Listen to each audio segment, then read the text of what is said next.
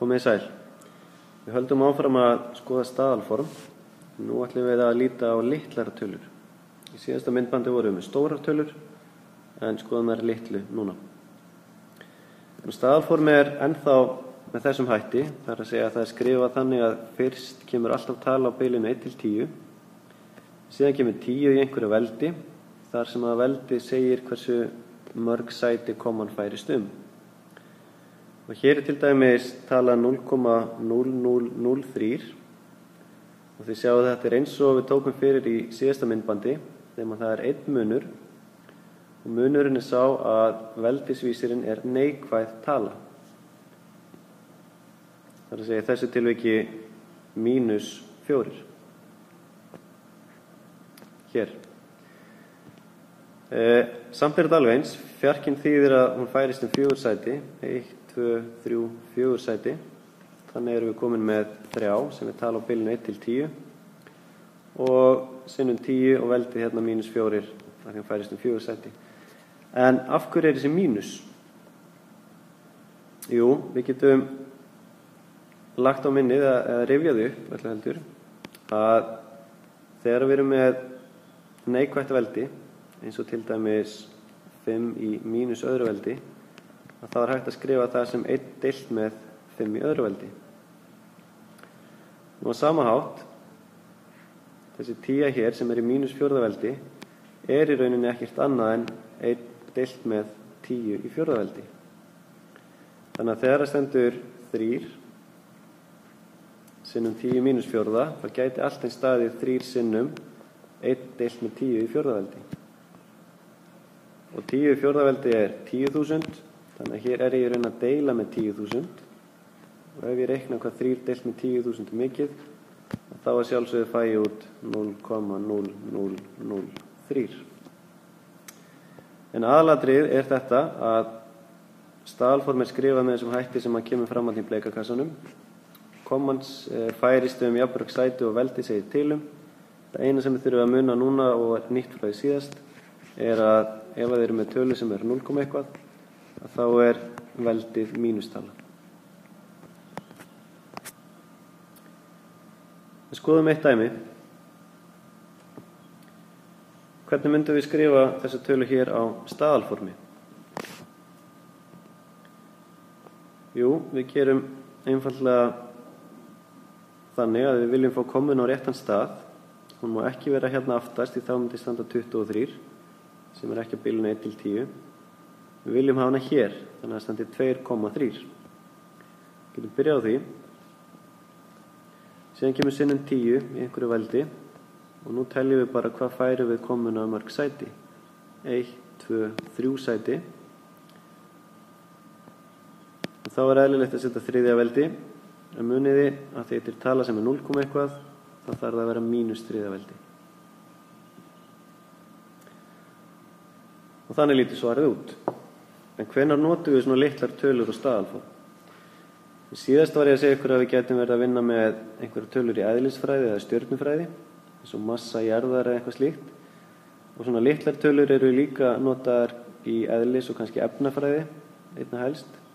Og það verið að vinna með kannski massa rafeinda eða frumeinda eða eitthvað slíkt.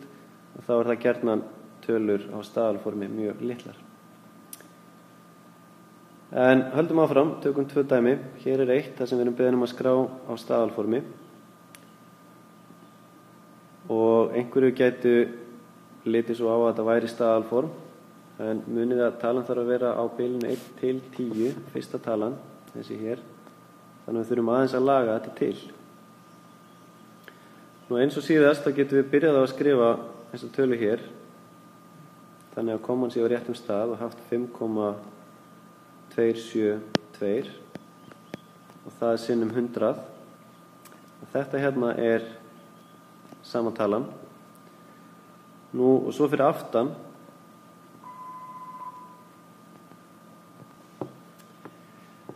hvert er komin? Jú, hér fyrir aftan er sem sagt 10 í -3 veldi.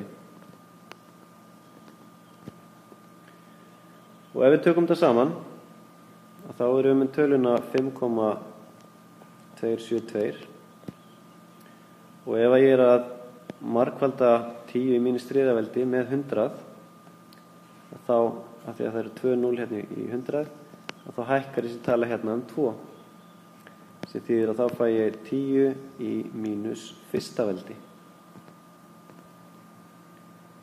Þannig að nú ég komin með þessa tölu á staðalformi. Og ef við prófum að bera þetta saman, hvort þetta sé ekki örugglega rétt hjá mér og hvort þetta sé klárlega sama talan, þá getum við skoða tölunni sem hún lítur út í upphafi.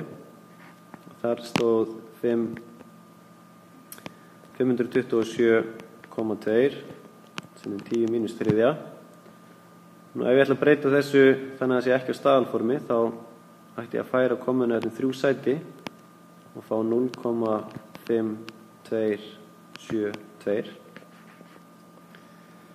Nú ef ég tek töluna eins og hún lítur út þegar ég er búin að breyta henni og athuga hvort þetta sé ekki örugglega sama talan, bara skráð á staðalformi, og þá segi ég að þetta sé 5,272 sinnum 10 mínus fyrsta veldi, og ef ég ætla að breyta henni þannig að hún sé ekki á staðalformi, þá þyrfti ég að færa komuna með 1 sæti og það gefur mér jú líka sömu tölu, 0,5272. Þannig að eins og talan leit út í upphafi, hérna efst á skjánum, og eftir breytingu, þá er þetta sama talan. Einu munurinn er að hér er þetta á staðalformi, að því komin er á réttum stað. Hér er þetta svona næstu því á staðalformi, en ekki alveg þó. Gott og vel, við skulum enda þetta á svona dæmi, þar sem við erum að breyta milli mælieininga. Og ég ætla að vera með töfluna fyrir framan mig sem að gott er að kunna. Það er að segja kíló, hekta, deka og metri, eða grömm eða lítrar eða eitthvað annað. Og svo desi, senti og milli. Og nú er ég beðin að breyta úr grömmum, sem eru hér, yfir í kílógrömm, sem eru þá 3 sætum til hliðar, til vinstri. Og ég hef áður sagt ykkur að ef maður fer í þessa átt eftir töflunni, þá þarf maður að deila. Og núna ætla ég að deila með 1000, vegna þess að það eru 3 hopp hérna á milli, og það eru einmitt 3 0 í 1000. Þannig ég tek töluna 1,72 sinnum 10 mínus 5. Ég ætla að deila með 1000 til að breyta þessi yfir í kílógramm. Og þá fæ ég 1,72 sinnum 10, og nú þarf ég að fara að breyta veldinu. Fyrst ég er að deila með 1000 hérna, og það sem gerist er að veldið breytist þá 3 sæti, 3 0, 3 sæta breyting. Og talan verður sem sagt ennþá minni. Þetta er lítil tala, og þegar ég deili með 1000 þá verður hún ennþá minni. Hún færist 3 sæti, og ef ég lækka mínus 5 3 í viðbót, þá fæ ég mínus 8. Og þannig er ég búin að breyta á milli. Það er að segja að það voru 1,72 sinnum 10 mínus 15 grömm, og það skráð sem kílógrömm er þá 1,72 sinnum 10 mínus 8. Það er að segja að það er að færa komuna 3 sæti, og það er að sama eins og breyta veldin 3 sæti. Og svo fer það bara eftir í hvora áttina ég er að fara, eftir töflunni, hvort ég er að fara til hægri eða vinstri. Það er að segja margfalda eða deila, hvort að veldið hækkar eða lækkar. Það þarf bara að skoðast í hverju dæmi fyrir sig. En þetta er sem sagt aðferð sem hægt er að fara í svona dæmum, og eins og ávallt að fá því að spreyta ykkur á þessu í heftinu. Takk fyrir mig.